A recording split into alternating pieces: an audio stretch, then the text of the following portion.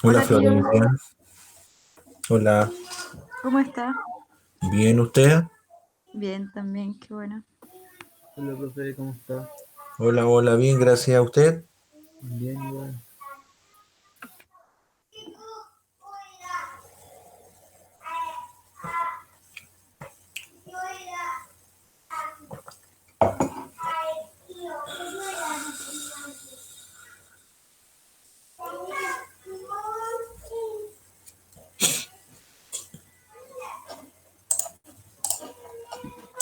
Hola, profe. Hola, ¿cómo está? ¿Bien y usted? Bien, bien, gracias. Qué bueno.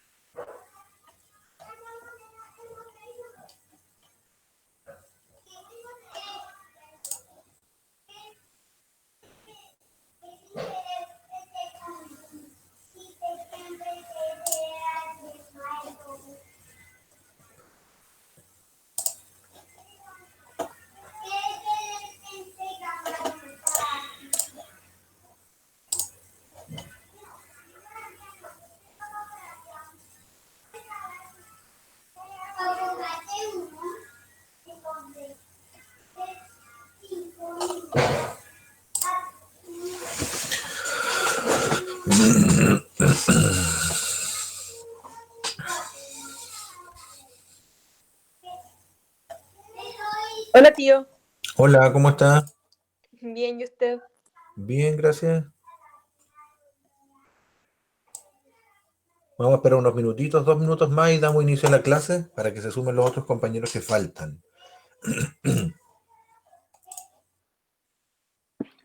Profe, una pregunta.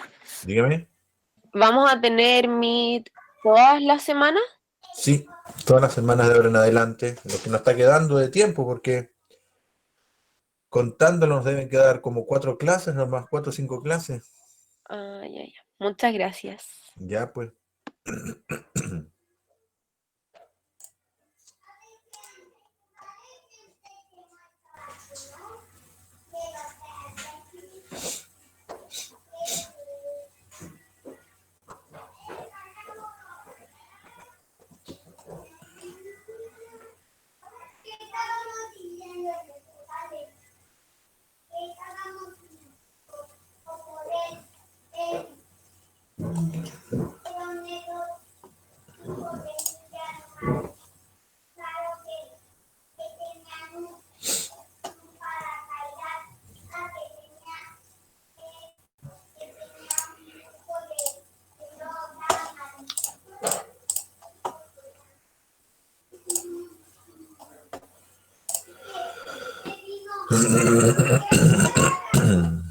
Hola, Javiera.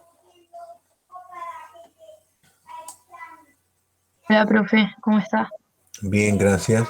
Bien, vamos a dar inicio a la clase.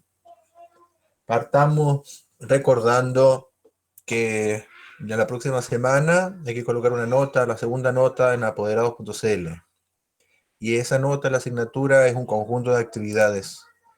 Ese conjunto de actividades el, finalizó ya la semana pasada. Les muestro, por si acaso, si alguno de ustedes presentes no lo sepa o no lo recuerde. Publiqué el día 23 de septiembre una información en la que decía cuáles eran las próximas notas, las dos notas, la segunda y tercera nota, y en qué iban a consistir. Así que la segunda nota sería un conjunto de actividades, 5, y como les decía, que finalizó el día 24 del 9, que fue la semana pasada, con la actividad sobre el deber. Bien, les muestro también, tratando de de motivar a los chiquillos o de, digamos, de ver aquí en vivo y en directo quiénes son los que me estarían debiendo algunas actividades para que no se olviden subirlas y extendería el plazo, daría plazo hasta mañana, bien, hasta este viernes, para que ustedes puedan subir la totalidad de sus actividades y poder colocarles el 7. Si hay alguno, bueno, de los presentes acá, no sé si los presentes, pero de los que tengo yo aquí en la cuadrícula que están ustedes viendo, Sofía Castillo me estaría debiendo una actividad para este 7, ¿ya? Sobre la naturaleza humana en la filosofía griega. Así que si está presente Sofía, sí está, porque fue la primera que entró, para que vea esa actividad que le falta y pueda terminarla esta semana y así poder ponerle el 7, ¿ya? Tomás Gutiérrez me estaría debiendo 4 actividades. 4 actividades, necesito que las tenga porque si no va a tener que colocarle un rojo y no es la idea. Yo quiero colocarles un 7. También está Cristóbal Guzmán, que me debe la última. Catalina Jorquera me debe una también. Sofía Mellado me debe 2 actividades, 3 actividades en realidad. 1, 2, 3. 3 actividades. Así que Sofía Mellado, si está presente, para que la trabaje sobre ellas estos días y pueda entregarla. Javiera Pérez me debe 4 actividades. No hay que contar esa del medio porque esa es la evaluación recuperativa. Faltaría entonces 3. Marco Pino me debe la de la semana pasada. Camilo Zelaibe me debe la de la semana pasada. Y Joaquín Sepúlveda me debe la de la semana pasada también. Algunas todavía no las he corregido. ¿Ya? Esta, la del deber, todavía no la he corregido. Espero, no sé, tener algunas actividades más para poder terminar su corrección. Esta semana, de todas maneras. Así que como son pocas las actividades que me estarían debiendo, ya estaría hasta el viernes para que yo el día lunes, cuando me ponga a revisar las actividades, lunes o martes, y suba la nota a la plataforma para que quede en su concentración de notas y que pueda ser comunicado a sus apoderados en alguna reunión, posiblemente que tengan en el mes, no sé, y ellos sepan cómo va su rendimiento, su desempeño en la asignatura. ¿Ya? Y ahí tendríamos, ¿no es cierto?, el 7 o la nota, depende del puntaje que les estoy colocando también, porque algunas veces descuento por diversas razones que ya les había comunicado. Digamos que de forma general, algo de ortografía, redacción, que no respondan al ítem específicamente, ¿ya? Que se vayan por otro lado, que esté incompleto. Por ejemplo, si yo les pido fundamentar y dar un ejemplo y ustedes solamente fundamentan, entonces faltaría una parte. Y la incomprensión del texto, eso obviamente no tiene que ser muy, muy alejado, muy grave, como para poder, digamos, hacer la observación y descontar un punto, como para que ustedes sepan que no entendieron bien el texto. Pero en general, como las preguntas llevan a la reflexión y al análisis de algunos términos específicos, más la explicación que yo pudiera dar en clase, no debería resultar tan confuso. Así que posiblemente si alguien se equivoca ahí es porque no estuvo en clase y no investigó más en internet acerca de esta tarea. Bueno, eso es lo otro que se observa muchas veces en las actividades, que buscan información extra en internet, y eso, por un lado, es bastante bueno porque demuestra que más allá de lo que ustedes saben, que se motivan por descubrir más, comprender más. Así que eso también se puede observar y digamos, lo encuentro positivo.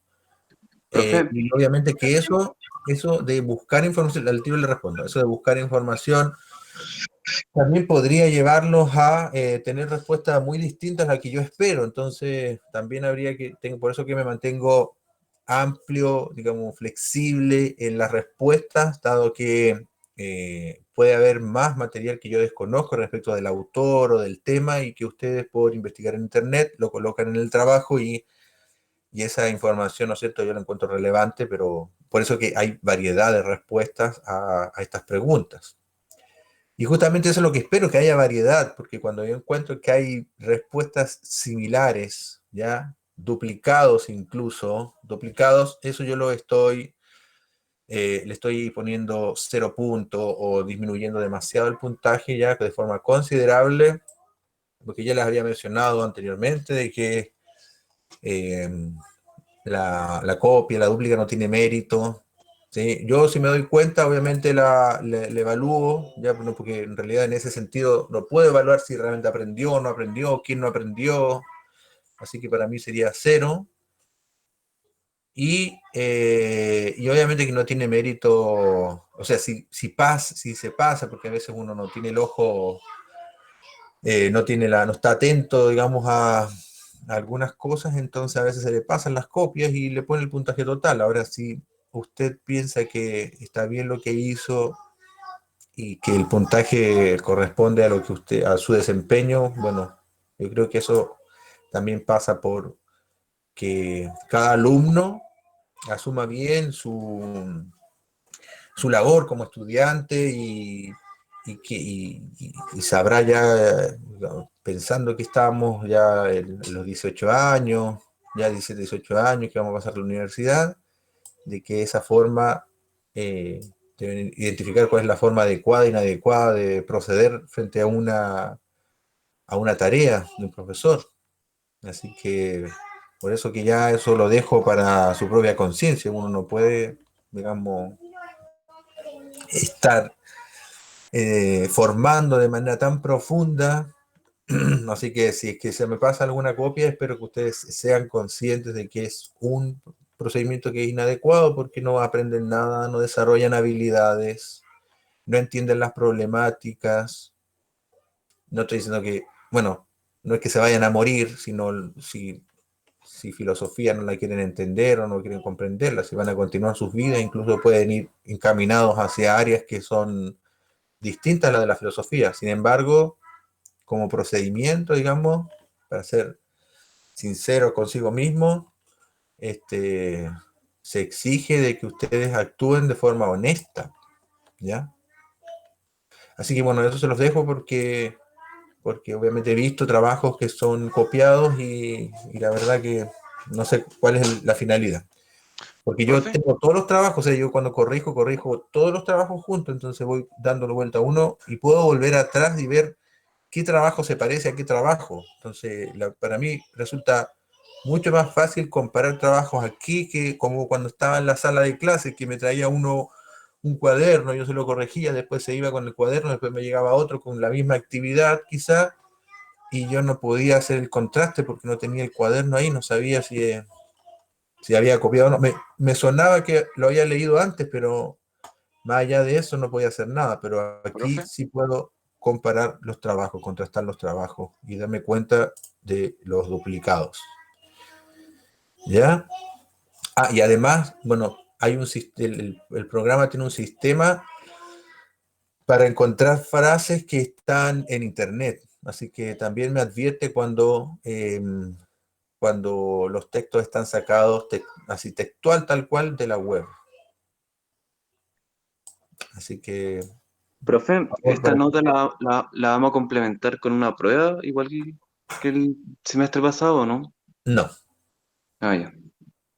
profe, Habrá solamente una recuperativa para aquellos que tengan nota roja. ¿Ya? Va a profe, haber una ¿se me escucha? recuperativa para promediarla y subir la nota. ¿Sí? Profe, ¿se me ¿Sí? escucha? Ah, ya, es que no me contestaba. Tengo una duda, profe, es que disculpe la demora que tuve un problema y no me podía conectar. Usted me puso 0 de 5 en un trabajo y yo le puse que pensé que no lo había entregado porque me aparecía volver a entregar. ¿Usted lo evaluó y me puso 0 o no estaba mi trabajo? O sea, no sé si vio que le respondí en realidad. Quizás. Sí, le puse 0 ¿Y por qué, profe? Sí, se puede saber. porque, déjeme ver, ¿dónde está usted?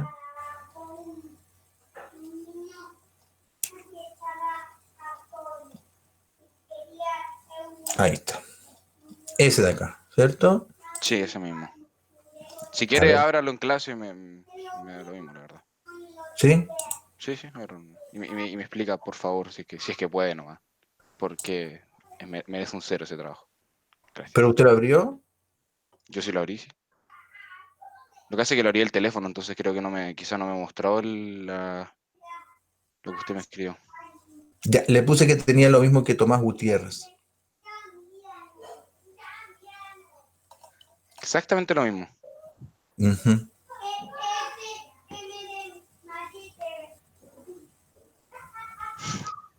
Ya.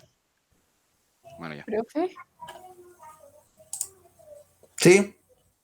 es que ahí cuando está, o sea, ahí que está mostrando, ¿me podría mostrar a mí que como que baja muy rápido? Que también creo que no tengo A 0. ver, ¿quién me dice? Valentina Vidal, Ya. la última.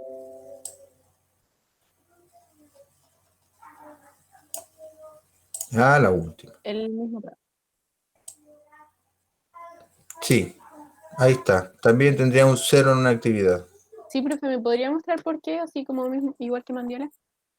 Porque Ujú. me acuerdo de haber visto como el cortometraje como 2 veces y no creo que haya sido por lo mismo, pero me lo puedo mostrar.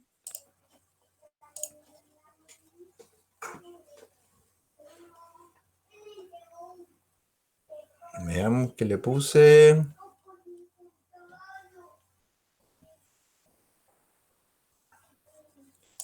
Ah, porque tiene el mismo trabajo que Javiera Romo y que Camilo Zelaibe. Ay, ya. Bueno, profe.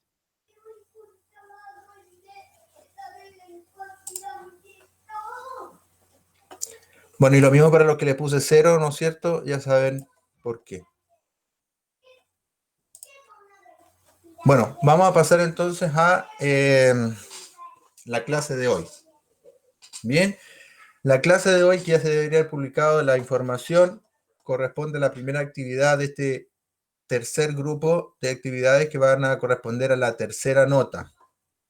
Bien, esta actividad, digamos, es bastante sencilla, la vamos a realizar ahora en clase, esperando que suba la actividad hoy día mismo.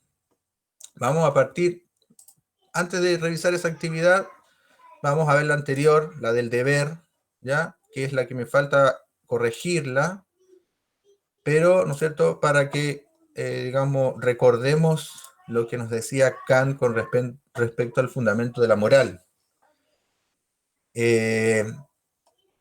Como estamos viendo en esta unidad, los fundamentos corresponderían a aquellos elementos que están de base en algo, los que sostienen una estructura, y en este caso estamos viendo los fundamentos de la estructura que llamamos moral, ¿ya? Como nuestras normas, nuestras leyes, nuestro actuar. Muchas veces ocupamos estos términos como deber o amor, que es el que vamos a ver, o razón. Lo podemos buscar en el diccionario fácilmente para saber su definición, pero estos han también recibido un trato más profundo por los filósofos, pensadores, etcétera. Así que habría que saber cuáles son los argumentos que podríamos considerar para comprender mejor ese concepto, esa base, ese concepto, digamos, el término, y también el fundamento como fundamento de nuestro actuar. Entonces, cuando decimos el deber, debo hacer algo, la otra persona debe hacer algo, quiénes deberían hacer algo, etcétera, esa palabra tiene un fundamento. Y en este caso lo encontramos en Kant cuando hablamos del imperativo categórico. Les decía que el imperativo vendría siendo una obligación que nos hacemos a nosotros mismos, y este imperativo, esta obligación, es categórica porque se aplicaría para todos por igual o en todas las situaciones igual, de forma universal. Y a diferencia de los hipotéticos, estos no deberían estar condicionados por las consecuencias de nuestros actos, por nuestros sentimientos, por nuestros deseos, sino que tendría que ser la ley universal, independiente de si amo, quiero, deseo o lo que sea. Sería una máxima como esta, obra de tal modo que la máxima de tu voluntad pueda valer siempre, simultáneamente, como principio de legislación universal. Bien, El otro término que empezamos a ocupar aquí es el de la buena voluntad. Y tiene relación con el deber porque la persona que actúa por una buena voluntad la hace porque debe hacerlo, ¿ya? Y debe hacerlo porque hay una ley universal que sea autoimpuesto. Bien, y digo autoimpuesto porque debemos a lo mejor diferenciar ahí el deber de el obligado, ¿sí? Como algunos dicen, ¿no es cierto? Debo ir al colegio y uno le dice, ¿y por qué? Porque mi papá me obliga. Debo ir al colegio porque es lo que yo debo hacer, porque hay una máxima que me dice que debo ser honesto, o porque debo ser responsable con mi futuro, o porque lo que me corresponde a mi edad. O sea, cada uno puede tener un principio autoimpuesto. Entonces, la buena voluntad sería aquella voluntad que actúa en base a este deber. El texto nos lleva a identificar algunos otros aspectos de esta buena voluntad. Por ejemplo, de que la buena voluntad va más allá de si la persona tiene algún tipo de fortuna o algún talento del espíritu. Esto a diferencia a lo mejor de lo que nos decía Aristóteles, de que siendo racional, prudente, ¿ya? Podríamos encaminarnos al bien moral. Él va a decir que no, porque obviamente es necesario que de fondo haya, más allá de eso, ¿no es cierto?, haya una buena voluntad, una obligación a esa ley universal. Otras cosas que se consideran es el término felicidad, también semejante al de Aristóteles, y que en realidad pareciesen ser lo mismo, pero para Kant la felicidad no se logra por la racionalidad o simplemente por los bienes, por querer distintos bienes, sino que es porque lo hacemos las cosas por la ley, basados en la ley. Bien, en la buena voluntad. La buena voluntad sería buena en sí misma, es decir, no por lo que quiere conseguir, no por lo que va a obtener o por los resultados. Incluso, ¿no es cierto?, no podría quedar la buena voluntad como algo débil, que quede en el deseo solamente, sino que tiene que lograrse por todos los medios, intentar, y que pese a lo mejor que no las consecuencias, el contexto, etcétera, no sean los favorables e impidan que las cosas se logren como uno quiere, la buena voluntad sería buena, seguiría siendo buena. Bien. Y aquí había que analizar algunos ejemplos, algunas situaciones. Ustedes también podrían aportar con alguna otra para comprender estos argumentos que da Kant para hablar del deber. Bien, eso fue la clase pasada, entonces, y con esa terminamos el conjunto de actividades que nos va a dar la segunda nota. Luego, ¿no es cierto?, pasamos a otro fundamento de la moral, que es el que se publicó hoy día, y que sería el amor en la moral cristiana. Bien, para que ustedes tengan abierta la guía, y vamos a tratar de ir respondiéndolo inmediatamente para que ustedes no tengan problemas de subirla hoy, ya no dejarla para después. La suben hoy y ya estarían listos con esta actividad. Entonces tenemos que reflexionar en que el amor también es un fundamento de la moral. Es decir, está de base para la creación de leyes o el seguir ciertas normas o leyes que guían nuestra conducta humana.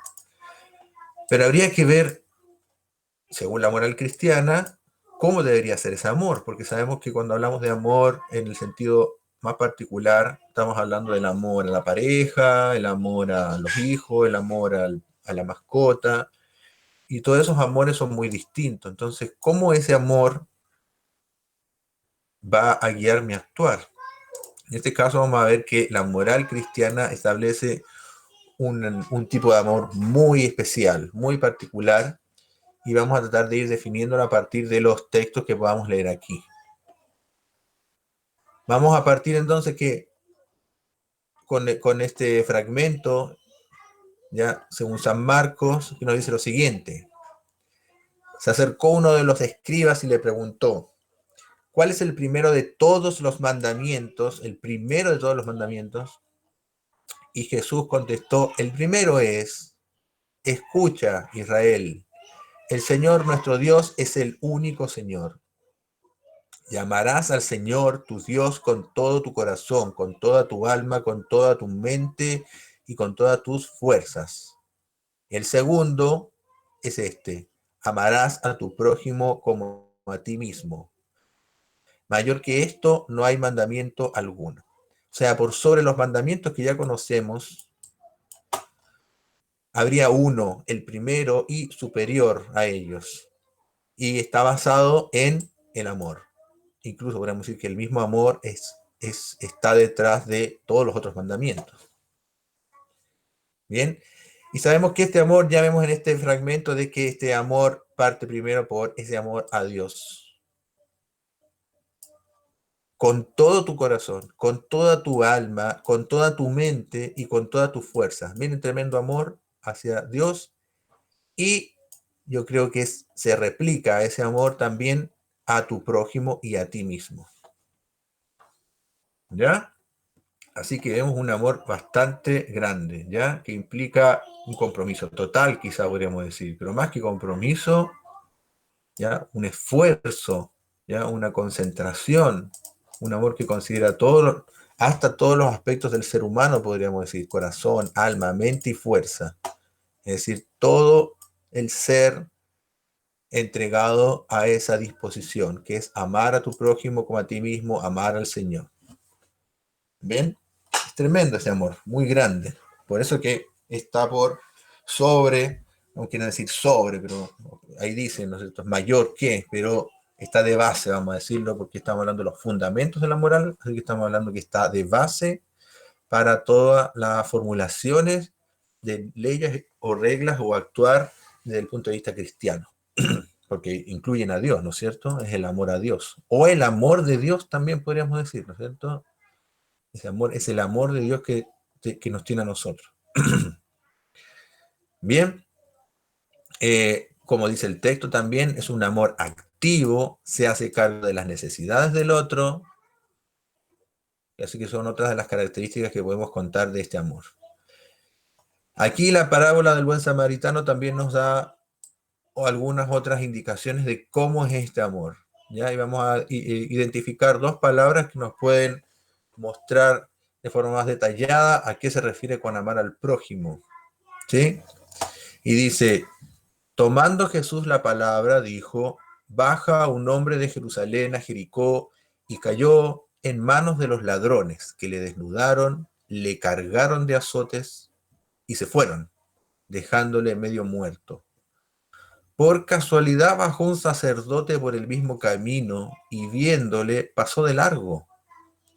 Asimismo un levita, pasando por aquel sitio, le vio también y pasó delante. Pero un samaritano que iba de camino llegó a él y viéndole, se movió a compasión, acercóse, condujo al mesón y cuidó de él. A la mañana, sacando 2 denarios, se los dio al mesonero y dijo, cuida de él. A la mañana, y lo que gastares, a la vuelta lo pagaré. ¿Quién de estos 3 te parece haber sido prójimo de aquel que cayó en poder de los ladrones? Él contestó, el que hizo con él misericordia. Contestóle Jesús, vete y haz tú lo mismo. Así que cuando hablamos de amor al prójimo, debemos considerar algunas de las acciones, ¿ya? O sentimientos, ¿no es cierto? Porque también vemos que, según la definición que aparece en el diccionario, la compasión es un sentimiento. Tenemos que ver que compasión, cuidado, misericordia son los elementos que tienen que estar en ese amor. Si buscamos en internet alguna de estas definiciones, por ejemplo, compasión,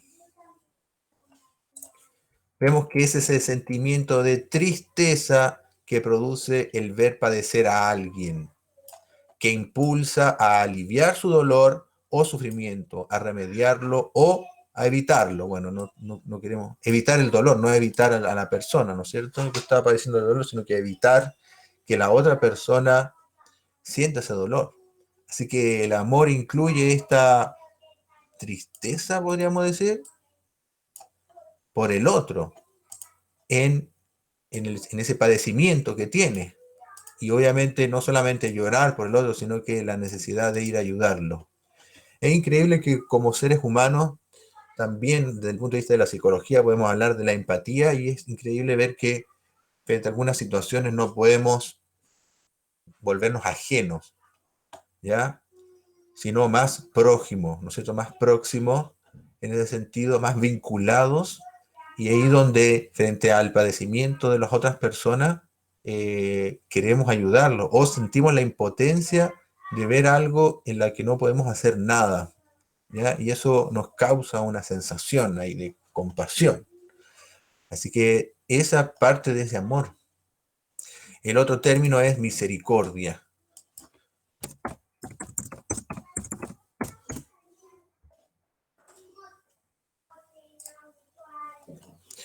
Que sería la inclinación a sentir compasión por los que sufren y ofrecerles ayuda. También es definida la misericordia como una cualidad de Dios, como ser perfecto, ¿ya? Es una cualidad divina la misericordia, por lo cual perdona los pecados de las personas.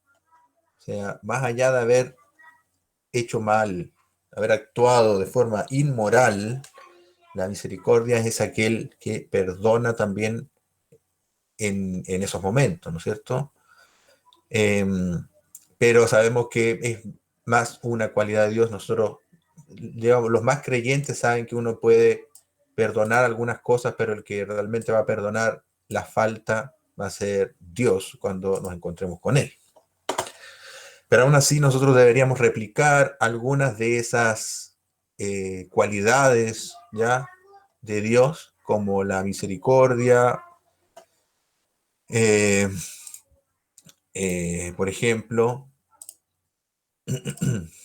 o la compasión, y que son parte de ese amor que está de base. Entonces, cuando uno actúa bien, cuando uno actúa correcto, desde el punto de vista moralmente correcto, es cuando nos aproximamos al otro para ayudarlo, para comprenderlo, para perdonarlo. Ese amor, ¿no es cierto? Ese tipo de amor.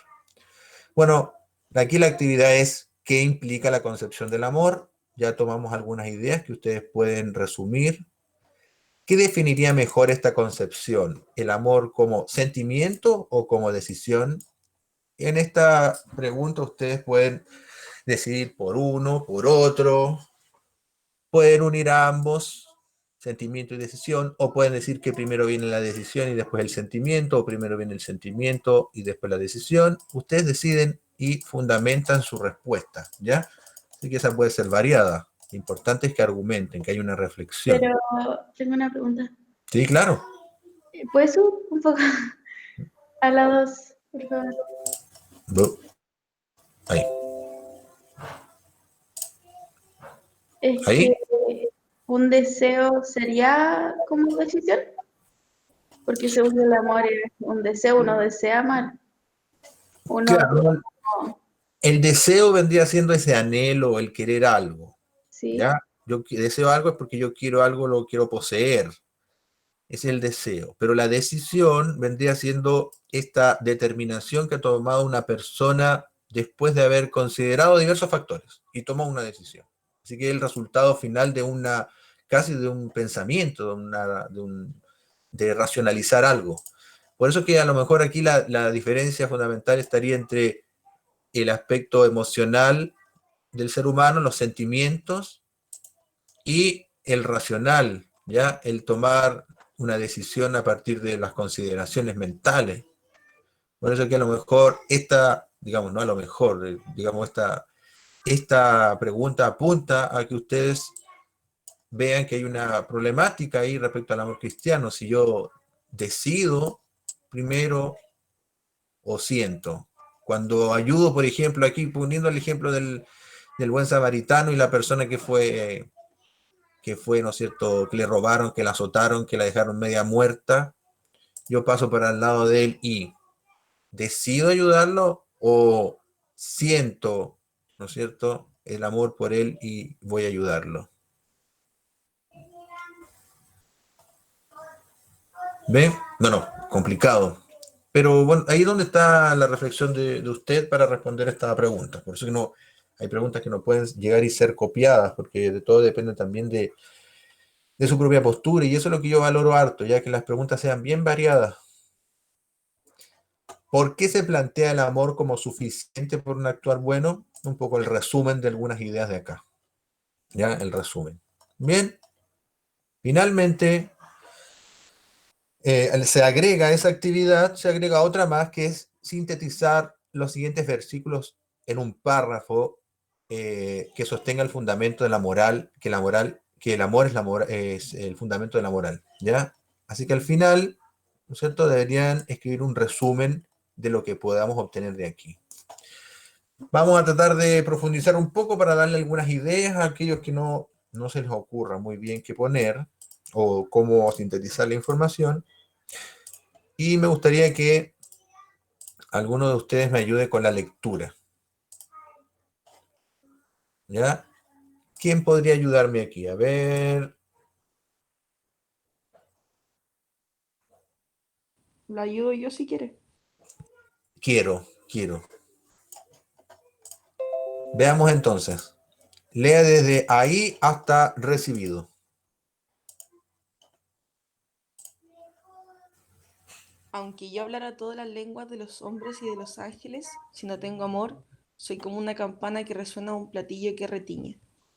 Aunque tuviera el don de la profecía y conociera todos los misterios y toda la ciencia, aunque tuviera toda la fe, una fe capaz de trasladar montañas, si no tengo amor, no soy nada. Aunque repartiera todos mis bienes para alimentar a los pobres y entregara mi cuerpo a las llamas, si no tengo amor, no sirve de nada, no sirve para nada. El amor es paciente, es servicial, el amor no es envidioso, no hace alarde, no se envanece. No procede con bajeza, no busca su propio interés, no se irrita, no tiene en cuenta el mal recibido. ¿Sigo? ¿Sí? Ah, no, está recibido. Ahí está ahí. Bien. Bien. De aquí podemos traer varias ideas como para resumir. Y resumir en cierto sentido es un poquito parafrasear o reunir una serie de características en un puro concepto, en un puro valor, en una pura expresión. Así que la idea sería ver cuáles son las problemáticas acá. ¿Qué es lo que veo yo aquí que es importante destacar para la reflexión y para compararlo con a lo mejor los otros autores y darnos cuenta de que estas palabras de aquí pueden pensarse mejor, profundizarse? Es que aquí en la primera parte, ¿no es cierto?, nos habla de todas las lenguas, del lenguaje humano, ya incluso el lenguaje divino, ¿no es cierto?, y de los ángeles. Si no tengo amor, sería como alguien que está puro metiendo ruido nomás, ya con un platillo que retiña una campana. Y me recuerda a lo que nos decía Aristóteles respecto del lenguaje, porque el lenguaje es el que nos lleva también a construir nuestras normas morales. El lenguaje es natural al ser humano y es también natural al ser humano como la razón, porque la razón es la que nos lleva a producir digamos, el lenguaje. El lenguaje comunica la razón, por lo tanto es natural a él. Así que, según Aristóteles, nos podríamos quedar ahí y decir, yo por saber el lenguaje, por manejarlo, por tener razón, yo puedo conducirme hacia el bien moralmente. Pero aquí nos dice otra cosa, nos dice que aunque yo tenga ese lenguaje, no necesariamente voy a hablar del bien, ¿no es cierto? Por lo tanto, sin amor, ese lenguaje, sin este amor que habíamos hablado, ¿no es cierto? Ese amor que es misericordioso, que es compasivo, que se preocupa del otro, ¿ya? Este amor que está vinculado a Dios, a lo divino. Si no está detrás de este lenguaje, sería puro ruido nomás. O, por ejemplo, cuando dice el don de la profecía, el don profético, es decir, el de adelantarse en el tiempo y decir qué es lo que va a suceder. O todos los misterios y toda la ciencia, ¿ya? Si descubriera todo, ¿sí? A través del razonamiento puede ser, u otros poderes, Si es que de eso no hay un amor detrás, no es nada, ¿no es cierto? No soy nada. Si mi fe es capaz de trasladar montañas, o sea, súper creyente, pero si no hay un amor en el sentido cristiano, esa fe, ¿no es cierto?, no serviría de nada, esa ciencia. Interesante lo que nos dice, ¿no es cierto? Importantísimo para concebir que de fondo, más allá del deber, más allá de la razón, más allá de, bueno, podríamos pensar habrían otros autores que no mencionamos aquí, la utilidad o el contrato social, y no los vamos a mencionar tampoco, no nos alcanza el tiempo para revisar otros autores, pero habrían otros fundamentos. El amor sería importantísimo, por lo menos este tipo de amor, ¿ya? También todos los sacrificios que yo pudiera hacer, ¿ya? Toda la entrega. Y el amor tendría ciertas cualidades que ya son, si lo analizamos a partir de la teoría de los valores que vimos en una de las actividades anteriores, tendría un valor ideal, ¿no es cierto? El que nos llevaría, porque conlleva muchísimas cosas más. Elimina todo lo que es antivalor, el amor, y nos llevaría, digamos, a un estado superior, no de conciencia, sino que de relacionarnos con las demás personas. Bien, también nosotros nos decía, por ejemplo, Kant, que si la felicidad, si uno llega a tener la felicidad, pero alardea de ella, ¿ya? ¿Sí? Tampoco no somos merecedores de esa felicidad, porque uno podría llegar a la máxima felicidad, a la obtención de todos los bienes, pero según Kant, nosotros deberíamos hacer todo eso según nuestra buena voluntad, teniendo en cuenta la ley autoimpuesta. Acá no, acá nos dice que no es la ley autoimpuesta, sino que es el amor, es la entrega hacia el otro, la disposición hacia el otro, que tiene relación con los sentimientos. Y Kant decía que no, que los sentimientos no tienen que interferir en eso, porque si los sentimientos interfieren, significa que yo al que odie no lo voy a beneficiar, y solamente voy a beneficiar a los que ame, o lo que me haga bien a mí mismo nada más. Pero aquí parece que este amor es muy distinto a ese amor más subjetivo, más personal. Es un amor mucho más amplio, más grande. Bien, continuamos con lo que nos dice San Pablo en la carta a los Corintios. Y me gustaría la participación de otro alumno. Podría ser, a ver, Rubén. Rubén Urruti está ahí. Sí, profe. ¿Podría leer, por favor, lo que nos estaría quedando de este texto? Ya, no se alegra de la injusticia, sino que se regocija con la verdad. El amor todo lo disculpa, todo lo cree, todo lo espera, todo lo soporta. El amor no pasará jamás. Las profecías acabarán, el don de lenguas terminará, la ciencia desaparecerá. Porque nuestra ciencia es imperfecta y nuestras profecías limitadas. Cuando llegue lo que es perfecto, cesará lo que es imperfecto. Mientras yo era niño, hablaba como un niño, sentía como un niño, razonaba como un niño. Pero cuando me hice hombre, dejé a un lado las cosas de niño. Ahora vemos como en un espejo, confusamente, después veremos cara a cara. Ahora conozco todo imperfectamente, después conoceré como Dios me conoce a mí. En una palabra, ahora existen tres cosas: la fe, la esperanza y el amor, pero la más grande de todas es el amor. Bien, gracias. Nuevamente vemos la preeminencia, como se llama, ¿no es cierto?, esta parte de las cartas de los Corintios, la preeminencia del amor por sobre las otras, la fe, la esperanza, ¿ya?